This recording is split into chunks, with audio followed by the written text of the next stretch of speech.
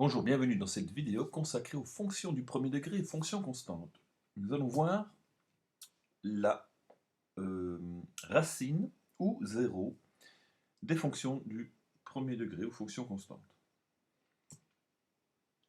Reprenons de nouveau la fonction dont l'expression analytique est y égale 2x plus 6.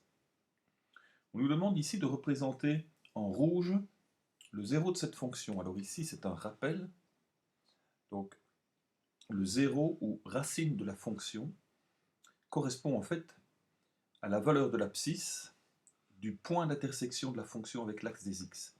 Donc, on pense à racine, on pense au niveau que les racines se trouvent au niveau du sol, et donc le sol est plat, évidemment, est horizontal, voilà, si on veut, en gros. Et donc cela correspond à l'axe des abscisses. On avait l'ordonnée à l'origine qui était l'intersection avec l'axe des ordonnées, maintenant, donc la racine, c'est l'intersection avec l'axe des abscisses.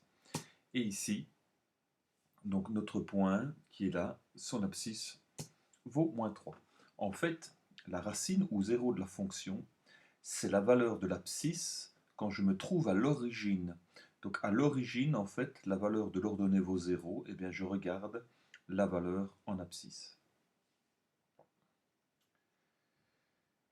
Donc comme je le disais bien, la racine, on pense que c'est au niveau du sol, donc c'est l'axe des abscisses. Alors, pour les exemples ici, la première, eh bien la racine, c'est assez simple, c'est le x égale 2, donc racine au 0. Pour la fonction constante, eh bien ici on s'aperçoit qu'en fait il n'y a pas d'intersection avec l'axe des abscisses, donc il n'y a aucune racine, puisqu'il n'y a aucun point d'intersection. Alors petit cas particulier, c'est si ma fonction était y égale 0, donc l'expression analytique y égale 0, eh bien on aurait une fonction constante dont la droite serait confondue avec l'axe des abscisses. Et là, ben, pour les racines, évidemment, il y en a une infinité, puisque c'est tout l'axe des abscisses. Et pour cette fonction-ci, eh bien, la racine, c'est 3, x égale 3. Voyons maintenant le 0 ou racine et l'expression analytique.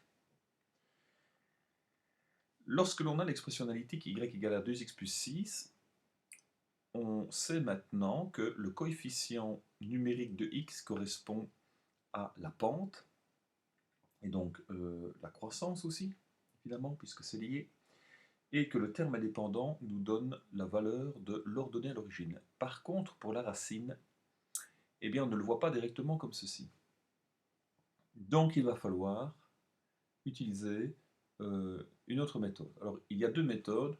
Une méthode dite longue. Donc, il faut essayer de retrouver ici la racine.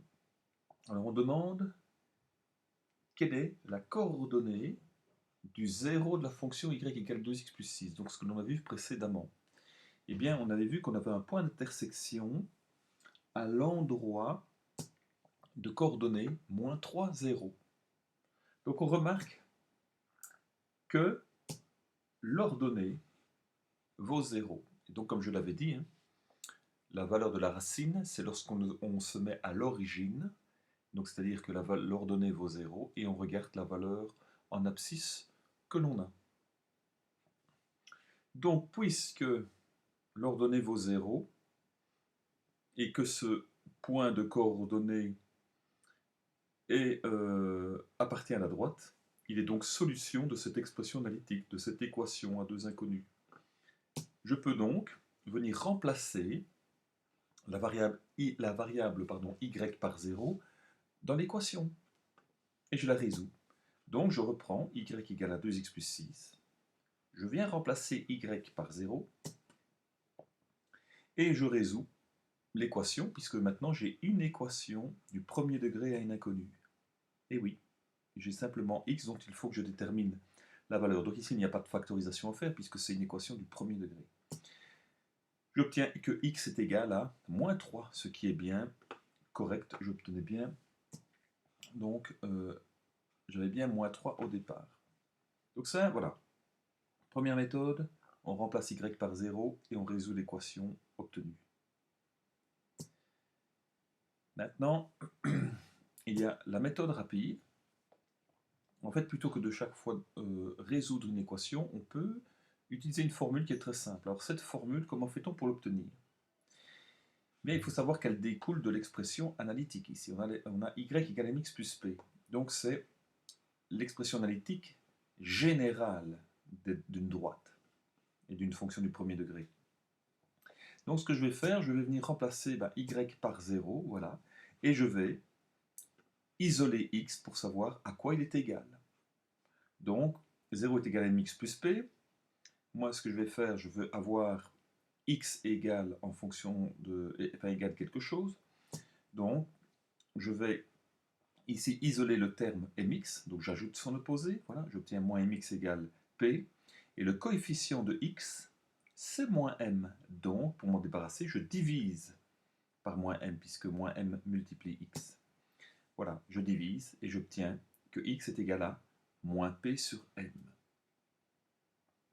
Donc voici la petite formule à utiliser à partir de l'expression analytique afin de trouver la valeur de la racine du 0. On va prendre des exemples. Y égale à 2x moins 4. Et bien ici, je vais remplacer y par 0. Voilà, j'obtiens que 0 est égal à 2x moins 4. X est égal à 2. Donc le 0, donc la racine, vaut x égale 2.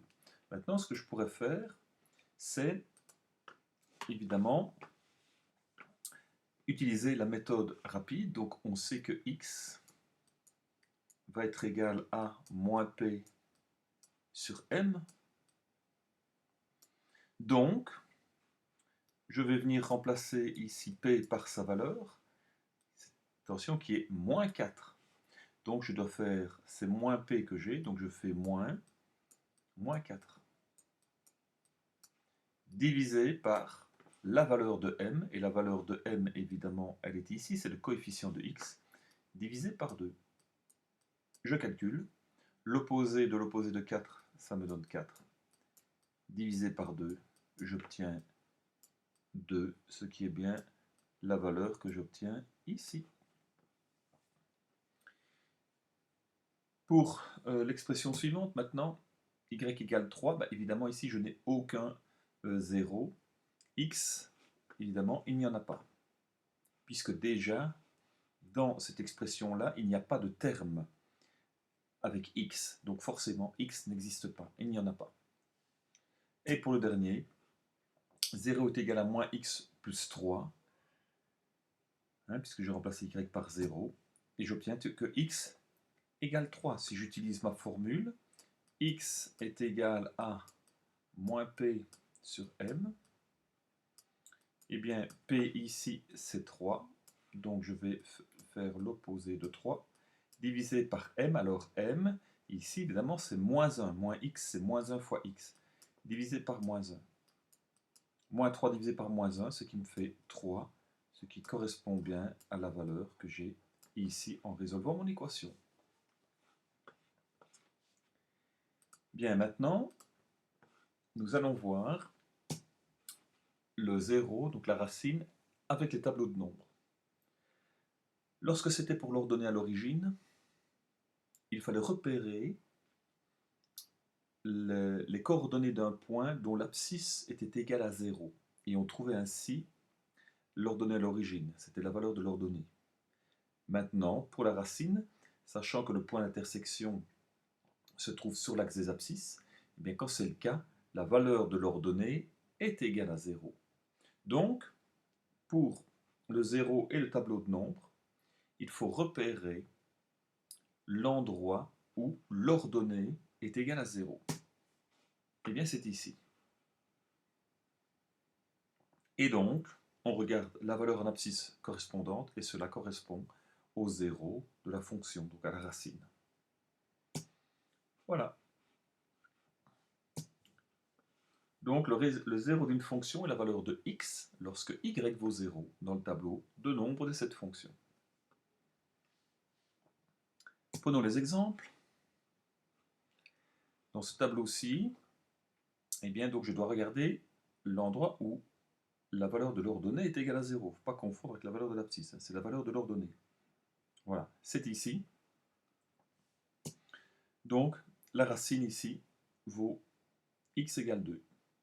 Pour le tableau suivant, eh bien, je vois qu'ici, je n'ai aucune valeur en ordonnée qui est nulle.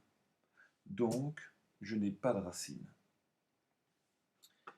Pour la suivante, ben, j'ai voilà, ici l'ordonnée qui est nulle, donc je regarde la valeur en abscisse, et bien j'obtiens la racine qui vaut 3. Voilà, cette vidéo est terminée, on se revoit pour la prochaine, à bientôt.